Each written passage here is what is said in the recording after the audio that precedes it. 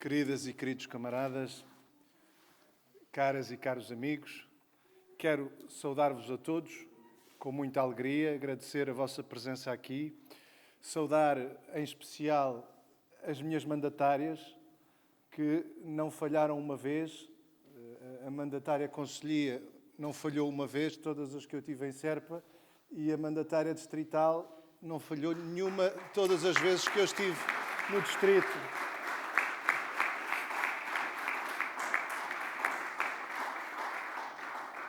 O que só mostra que levaram muito a sério o seu trabalho e foram excelentes escolhas, e o meu obrigado por isso. Ajudaram e ajudam a prestigiar esta candidatura. Obrigado também ao Tomé Pires, meu camarada e amigo, Presidente da Câmara de Serpa, que também prestigia esta candidatura aqui com a sua presença e com o seu apoio.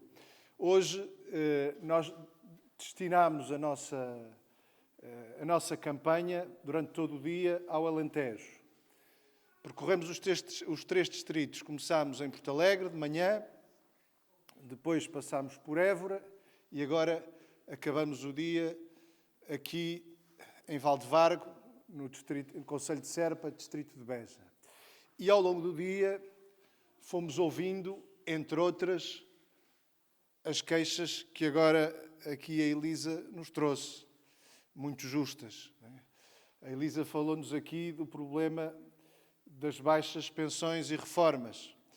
E ouvimos isto noutros sítios. Ouvimos logo de manhã, numa reunião em que participaram várias organizações sociais e os representantes do movimento sindical, falar-nos do problema dos baixos salários. Nós estamos numa região do país, o Alentejo, que representa 1/3 do território nacional, é das regiões do país onde os salários e as pensões são mais baixos.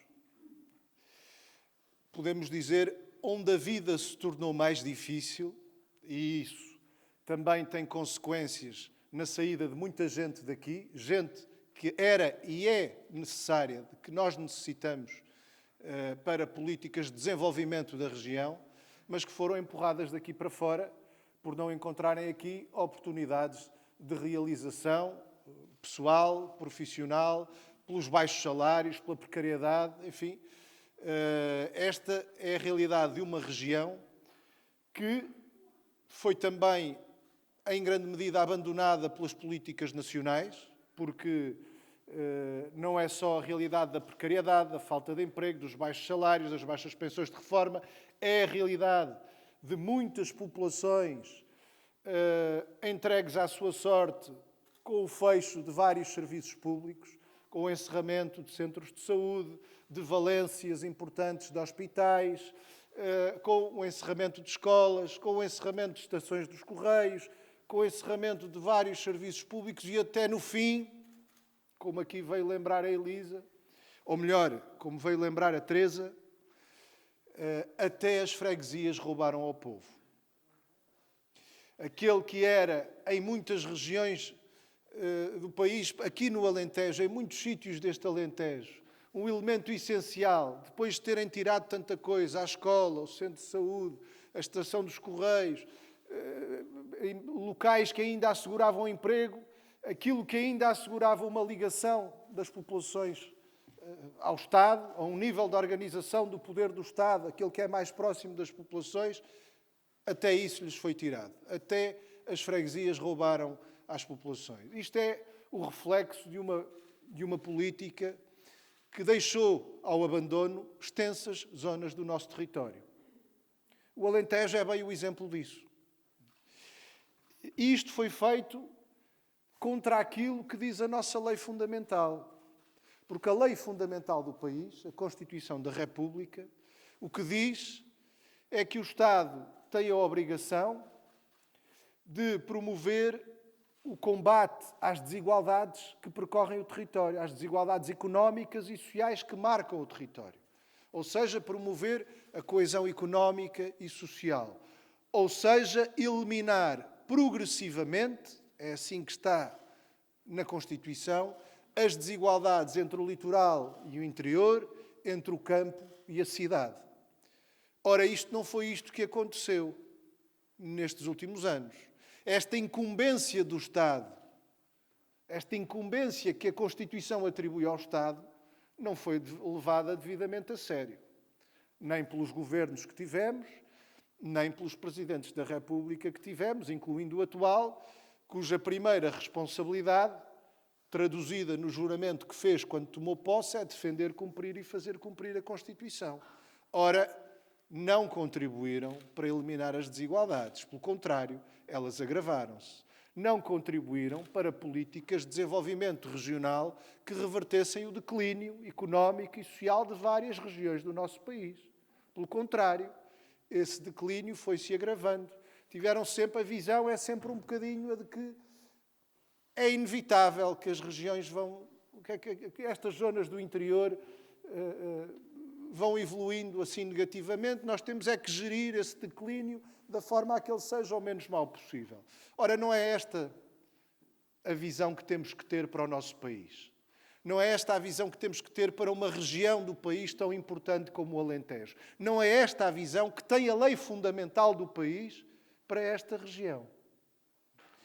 Uma região que tem recursos e potencialidades imensas, porque às vezes também se quer associar o declínio de determinadas regiões do país, o declínio económico, social, demográfico, quer-se associar às próprias regiões. São problemas das regiões, são dificuldades estruturais que elas têm, quando o problema tem sido sempre de políticas nacionais que têm votado estas regiões ao abandono. E, no entanto, não faltam aqui recursos, não faltam potencialidades.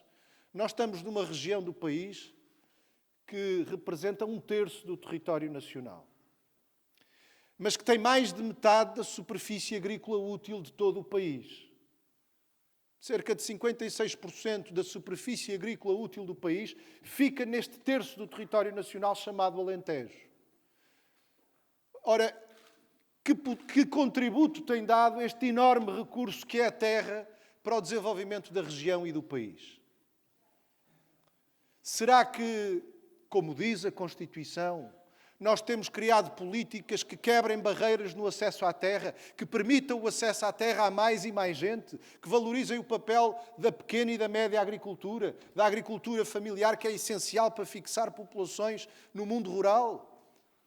Será que temos visto a tal reestruturação fundiária de que nos fala a Constituição, que facilita esse acesso à terra? Temos visto as políticas de que fala a Constituição de discriminação positiva dos pequenos e médios produtores, da pequena e média agricultura, criando condições para que possam escoar os seus produtos em condições de maior valorização, criando condições para que a produção regional substitua importações que hoje o país faz e que não precisava de fazer? Tem sido esse o caminho? Ou, pelo contrário, o caminho tem sido o de uma concentração fundiária cada vez maior, uma concentração da propriedade da terra cada vez maior, que está hoje nas mãos, uma grande parte dela, de grandes grupos económicos, muitos estrangeiros, que olham para a terra, antes de mais, como um ativo financeiro, em vez de um recurso, uma riqueza do território da região que deve ser posto ao serviço de todo o território, toda a região e, em última instância, do país.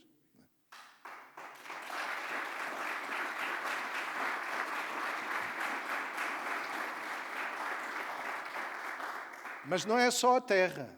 Nós estamos numa região, este 1/3 do nosso território, que tem recursos. Não é só a terra fértil. Essa terra também esconde recursos minerais importantes, do zinco ao cobre, e eles são explorados em alguns sítios. Ou melhor, são extraídos. Todas as fases subsequentes da sua exploração depois são feitas noutros lados, noutros países. A fileira que aqui poderíamos ter, industrial, económica, vai parar a outros países. Aqui fica a primeira elo da cadeia, mas desperdiça-se tudo o resto. Temos pedra, das pedras melhores da Europa e do mundo, estão aqui na região do Alentejo. Temos o maior porto de águas profundas da Europa, na costa, em Sines. Temos um aeroporto aqui no distrito de Beja.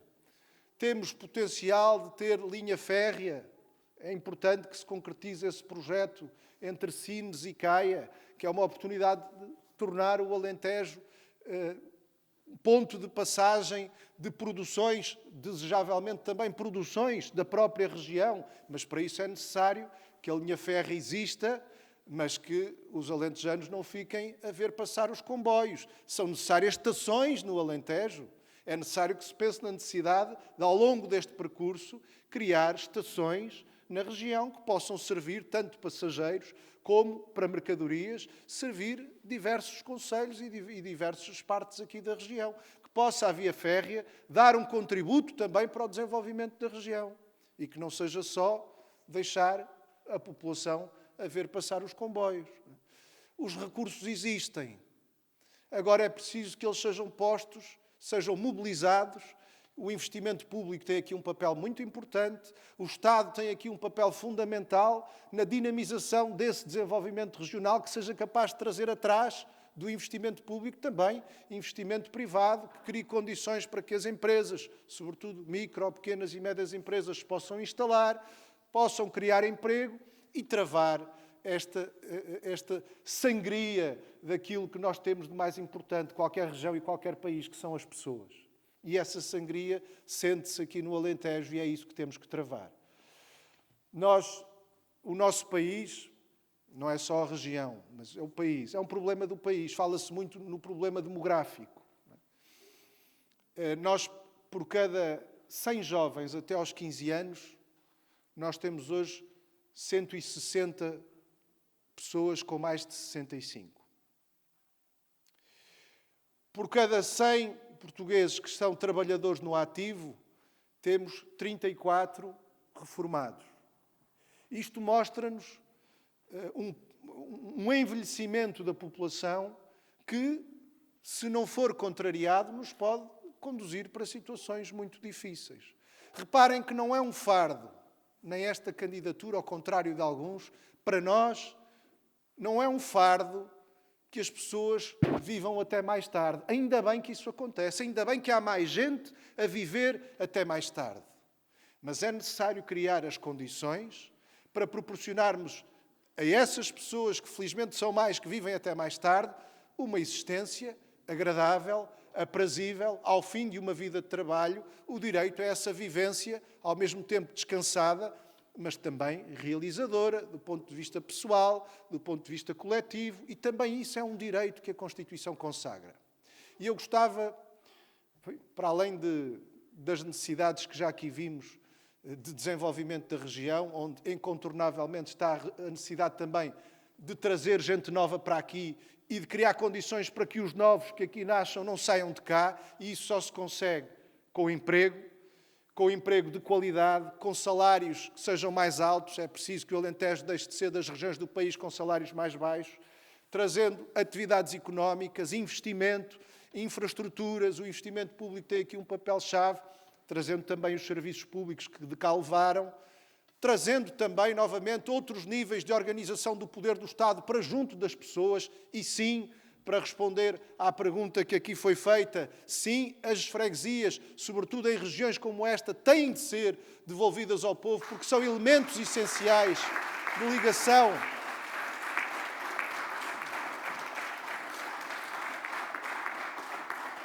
Para responder à pergunta da Teresa, são elementos essenciais de ligação às populações e essenciais à própria democracia. São essenciais ao exercício da democracia, ao aproveitamento do potencial do poder pleno do poder local democrático, que é importante também que tenha os meios necessários para fazer o seu trabalho, tanto as freguesias como as câmaras, e não têm tido ao longo dos anos, mas é necessário também criar esse outro nível intermédio de organização do poder do Estado, que é a regionalização, há tantos anos prevista, há tantos anos inscrita na Constituição, mas ainda por consagrar, ainda por tornar uma realidade. É necessário tudo isso, também para atrair gente nova, para fixar aqueles que não queremos que daqui saiam, mas temos de olhar, e eu queria hoje também dirigir aqui uma mensagem especial, até porque sei que muitos gostariam de aqui estar e não podem estar por causa das condições em que estamos a fazer esta iniciativa e esta campanha, que são os mais velhos.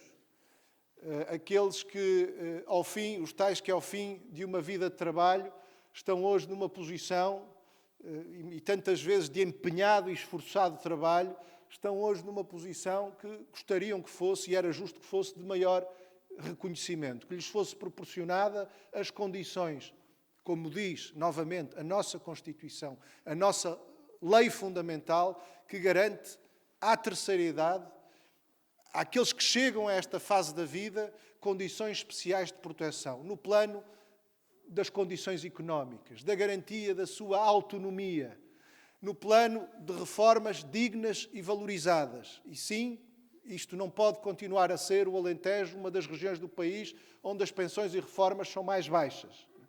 Também sabemos que uma coisa está ligada à outra. Os baixos salários de hoje são as baixas pensões de amanhã, como as baixas pensões de hoje são reflexo dos baixos salários de ontem.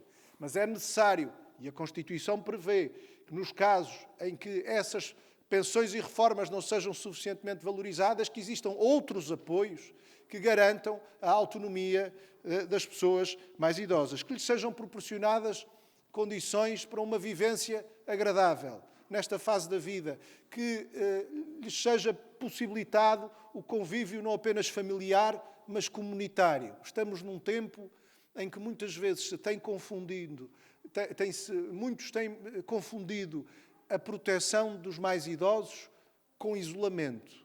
Nesta altura que estamos a viver, toda a proteção é devida aos mais idosos. Sabemos que são um grupo de risco. Têm que ser protegidos na sua saúde. Deve ser a prioridade, a dos próprios, de cada um deles, e a dos familiares e amigos. Criar todas as condições, e então, no tempo que estamos a viver, isto é particularmente importante para que defendam a sua saúde. Mas não confundamos proteção com isolamento. Porque o isolamento, em última instância, afeta também a saúde e o bem-estar físico e psíquico dos mais idosos.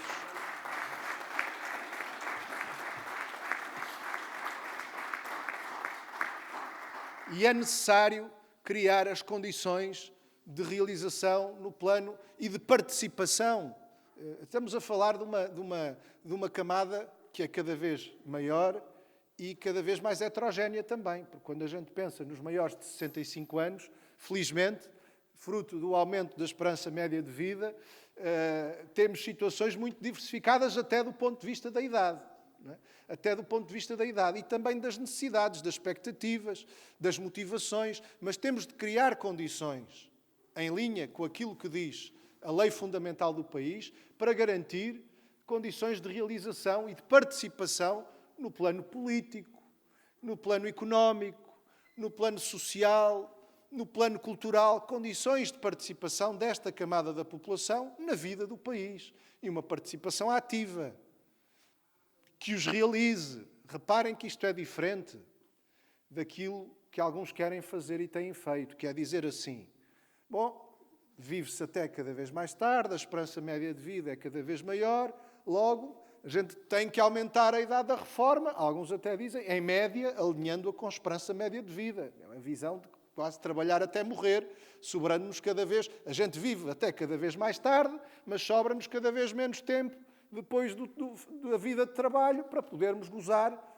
o merecido descanso e podermos continuar a participar politicamente, até social, culturalmente, até economicamente na vida da comunidade, mas sem ser obrigados ao trabalho. Mas esta é a visão que hoje prevalece, do aumento da idade da reforma. Ora, é preciso contrariar estas visões também. Nós vivemos numa sociedade em que aquilo que são os progressos da ciência, da tecnologia, permitem-nos hoje criar muito mais riqueza, com o mesmo trabalho, criar muito mais riqueza do que há 10, 20, 30 ou 40 anos atrás. Ora, se assim é, para onde vai essa riqueza? Se ela for para a comunidade, se ela estiver ao serviço de todos, então nós conseguimos que, mesmo que aumente a esperança média de vida, não tenha que aumentar a idade da reforma. Esse é um sinal de avanço, de civilização. como é um sinal de retrocesso civilizacional, pôr as pessoas a trabalhar até cada vez mais tarde. É preciso valorizar este período das nossas vidas, que ao fim de décadas de trabalho, em que a gente possa ainda desejavelmente viver muitos anos em condições de convívio familiar, em condições de convívio comunitário, participando na vida da comunidade, porque se há contributo que os mais idosos, também mais experientes, mais sabedores, mais conhecedores têm para dar para o resto da comunidade, esse contributo é inestimável. Esse contributo é inestimável e tem de ser valorizado.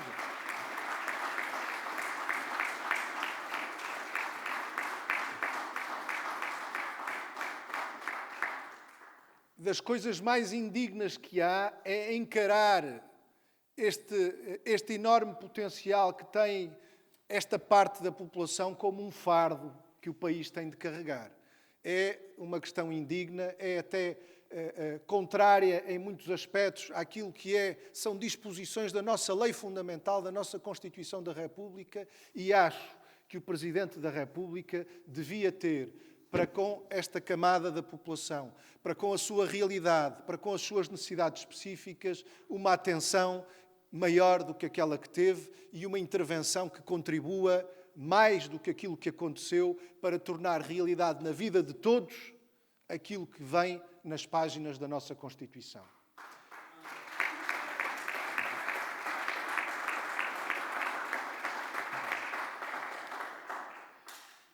Isto é especialmente importante num tempo como aquele que estamos a viver e de que nos aproximamos. Vamos ter, no domingo, um dia de grande importância. Vamos eleger o Presidente da República para os próximos 5 anos. Já perceberam, até pelaquela que é a sua principal função, a importância que ele tem. Se jura defender, cumprir e fazer cumprir a Constituição, a tal que nos garante o direito ao trabalho, o direito à saúde, o direito à educação, o direito à cultura, o direito à habitação, o direito a uma proteção especial de grupos da população que o justifiquem, como é o caso dos mais idosos, mas também da juventude. A mesma Constituição que diz que devem ser estabelecidos planos de desenvolvimento de todas as regiões, combater as assimetrias regionais, promover políticas económicas, agrícolas, comerciais que desenvolvam o país. Ora, se é importante tornar tudo isto uma realidade, e então já percebem também como é importante a escolha sobre quem vai ocupar um lugar cuja principal função está no juramento que faz, defender, cumprir e fazer cumprir a Constituição. E, portanto, que estas eleições não passem ao lado de ninguém, que ninguém deixe de perceber a importância que vão ter estas eleições nos próximos 5 anos para o curso da nossa vida. Estamos num momento difícil da vida do país, marcado pelos impactos desta pandemia que ninguém esperava, mas que são, em muitos casos, devastadores, não apenas do ponto de vista da saúde, mas da economia, impactos sociais muito significativos, mas sabemos também que quando a pandemia cá chegou, quando a Covid cá chegou, não estava tudo bem. E muita coisa estava longe de estar bem. E, portanto, foram problemas, foram consequências, impactos que se somaram a problemas que já cá estavam. E nós, quando hoje pensamos na necessidade de dar uma resposta de emergência à situação da Covid, de proteger mais as pessoas, não só os grupos de risco, também aqueles que neste momento têm que continuar a trabalhar porque não podem parar, proteger melhor os equipamentos públicos de uso coletivo, os lares e outros serviços públicos. Quando pensamos nessas medidas de emergência, que são precisas, o apoio àqueles que se viram afetados nos seus rendimentos, temos que estar já a pensar também no que é que vamos fazer a seguir para relançar o país, mas relançar em novas bases, em bases diferentes daquelas que têm sido, em bases onde não haja lugar para as injustiças sociais, para uma injusta distribuição da riqueza nacional, em bases que sejam mais justas, em que a riqueza nacional seja distribuída de uma forma mais justa, em que o país seja capaz de aproveitar melhor os seus recursos, as suas potencialidades, pensando aqui na região e em tudo aquilo que vimos, são muitas, pensando num país que seja menos dependente do exterior, porque isso deixa também a nossa população menos vulnerável. Olhem, em situações como esta que estamos a viver. Um país que garanta oportunidades de realização pessoal, profissional para os seus jovens, que não os empurre para a imigração. Um país que combata as desigualdades do território. um país onde o poder económico se submeta ao poder político e não o contrário. É nestas novas bases que nós temos que pensar o país. E para isso, mesmo não sendo o Presidente da República governo, não é governo, não governa, não faz as leis, é a Assembleia da República e o Governo que fazem isso, mas ele tem poderes que a Constituição lhe dá, que, se bem aproveitados, podem dar um grande contributo para esta mudança de curso na vida do país que a gente deseja, e já para os próximos 5 anos, que tem de começar nos próximos 5 anos. E é esta mensagem que eu vos peço, vos desafio, vos apelo a que possam ajudar a levar mais longe nestes próximos dias, poucos que temos até domingo. A pensar, em primeiro lugar, naqueles que aqui queriam estar, mas não puderam estar, nos vossos amigos, vizinhos, conhecidos, familiares, camaradas, em todos aqueles que aqui queriam estar e não puderam estar, mas depois nos outros também. É muito importante, protegendo a nossa saúde. Até lá é fundamental que todos, tenho dito isto, ninguém está autorizado a ficar doente por estes dias. Temos todos que tomar medidas para nos protegermos a nós e àqueles que nos são queridos. Ficar em casa sempre que possível. Protegermos ao máximo para estarmos em condições de, no domingo, tomando todas as medidas de proteção necessárias também, da máscara, às luvas, ao gel para desinfetar as mãos, cada um deve levar a sua própria caneta, se necessário outros equipamentos de proteção, como as viseiras, o que for preciso, mas sabendo nós que vamos, em condições de, em segurança, exercermos o nosso direito e o nosso dever e podermos ajudar a criar outras e melhores condições para esse país que todos desejamos. O ato eleitoral está a ser certamente preparado tendo em conta essas necessidades. Há mais mesas de votação. Houve já muita gente que votou no fim de semana passado e pessoas às quais foi facultada a possibilidade de votarem no domicílio. Certamente que, quer nos locais de voto, nas mesas, quer nas assembleias, quer nos locais de chegada às assembleias de voto, têm de ser asseguradas as medidas de segurança e, portanto, temos que nos preocupar em proteger a saúde de cada um até lá, e já agora também depois de domingo, tomar todas as medidas que possamos tomar para defender a nossa saúde. Quem puder ficar em casa, deve ficar em casa por estes dias e, no domingo, sair em segurança e em tranquilidade, dar o nosso contributo e ficar com a consciência tranquila que tudo fizemos para abrir o tal horizonte de esperança que a gente quer abrir na vida deste país. Não é...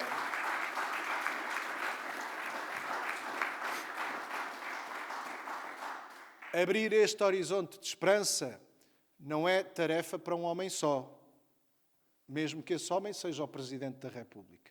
Mas ele tem uma função essencial na mobilização do povo, na mobilização das populações para a transformação que queremos ver na vida deste país, nas nossas vidas e na vida deste país. E o apelo que faço é para todos aqueles que desejam uma mudança nas suas vidas, para melhor, uma mudança na vida deste país, que convirjam nesta candidatura, porque encontram nesta candidatura a força que conta para essa mudança de curso na vida do país. A força que conta como nenhuma outra.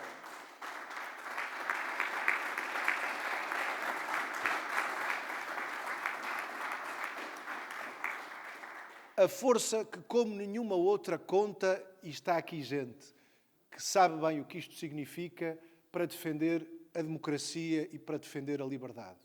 Quando é necessário defender a democracia e a liberdade, é connosco que contam, na primeira linha, aqueles que nunca desistem, que nunca se vergam, que nunca se resignam, por mais duras que sejam as condições de defesa da democracia e da liberdade, lá estivemos, lá estamos e lá estaremos. Esta candidatura é herdeira dessa tradição.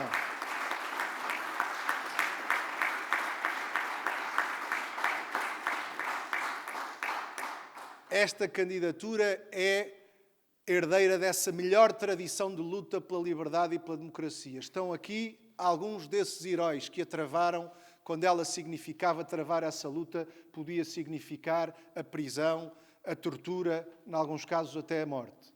E é dessa fibra e dessa força que é feita esta candidatura. Uma candidatura que não vai desaparecer depois do dia 24. Não desaparece no domingo. E também isto faz a diferença. E também por isso o voto nesta candidatura é de uma enorme utilidade.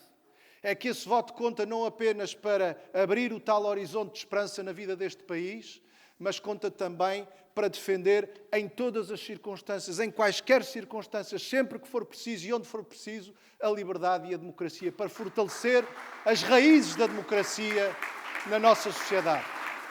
Obrigado a todos e ao trabalho. Até domingo.